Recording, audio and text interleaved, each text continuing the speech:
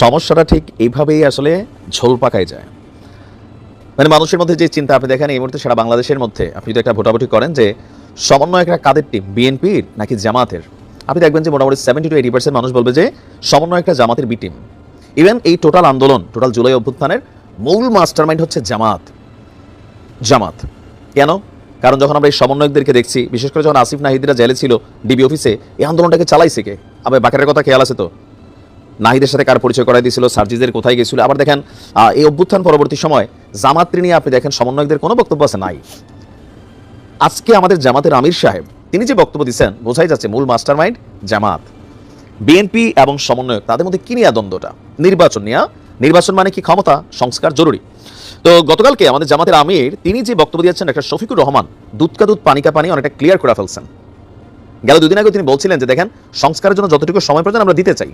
BNP বলতেছে ভাই সংস্কার আমরা এসা করবো, এটা জিয়াউর রহমান শুরু করছিল, এই সংস্কার দীর্ঘদিন লাগবে, সময় লাগবে, নির্বাচন আগে হোক তারপর সংস্কার হবে, যতটুকু জরুরি ততটুকু করুন। এখন যখন বিএনপি এবং সমন্বয়কের মধ্যে বিশাল একটা বাকযুদ্ধ চলছে, তখন জামাতের অবস্থান হলো সমন্বয়কদের পক্ষে বা বৈষম্যের বিরোধীদের পক্ষে। তিনি বলছেন যে দেশের প্রতিটি খুন, চাঁদাবাজি, লুটপাট, ঘুষের বিচার হতে হবে, না হলে ন্যায় বিচার প্রতিষ্ঠিত হবে না। যারা উই ওয়ান্ট জাস্টিস স্লোগান দিয়ে এই দেশকে মুক্ত করেছেন, আমরা তাদের সঙ্গে আছি। আমরা তরুণদের হাতে দেশ তুলে দিতে চাই। এখন অনেকে বলবেন ভাই উই ওয়ান্ট জাস্টিসে সবাই বলছে না, যাই যার যার দলের পক্ষে বলছে। তৎকালীন প্রেক্ষাপটে ছাত্রদলের নেতাকর্মীরা সরকার পতনের জন্য তারা তাদের ভূমিকা রাখছে, শিবিরের নেতাকর্মীরা তারা তাদের ভূমিকা রাখছে। এমনকি আমরা এখন যখন আলোচনা শুনি 18ই জুলাই কিন্তু পরিকল্পনা হয়ে গেছিল আপনার খালেদ মহিউদ্দিনের সাথে সাক্ষাৎকারে আসা সর্বশেষ যে সমন্বয়ক কি বাকের মজুমদার না কি জানি ছেলেটা, তো সেখানে সে বলছিল যে 18 জুলাই কিন্তু একটা তাদের প্ল্যান হয়ে গেছিল, মোটামুটি সরকার পতন হবে এটা আন্দোলন। আমরা দেখছি 4 আগস্ট বা 3 আগস্ট হঠাৎ করে একদিনের না, এটা দীর্ঘদিন একটা মেটিকুলাস প্ল্যান ছিল। তো সেই প্ল্যানে সবচেয়ে বেশি বড় ভূমিকা আজকে যখন সারা বাংলাদেশের ইউনিভার্সিটিগুলোতে আপনার সমন্বয়কদের কমিটি গঠন করা হচ্ছে, শিবিরের কমিটি গঠন করা হচ্ছে, তখন দেখা যাচ্ছে যে এ টিম বি টিম তারাই যারা এই আন্দোলনের মধ্যে অনেকে বড় নেতা এবং স্টুডেন্টরা কলেজের বলতেছিল ভাই তুই এতদিন শিবির আমরা তো বুঝিই নাই।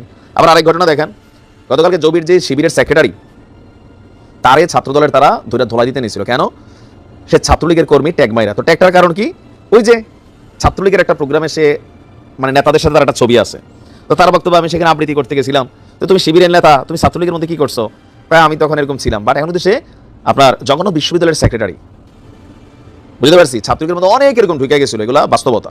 প্ল্যান বিতে তারা রাজনীতি করছে, এমনকি পুরোটা টিম শিবিরের। তো আজকে আমাদের জামাতের আমির ডাক্তার শফিকুর রহমানের এই বক্তব্যে বৈষম্য বিরোধীরা অনুপ্রাণিত হচ্ছেন।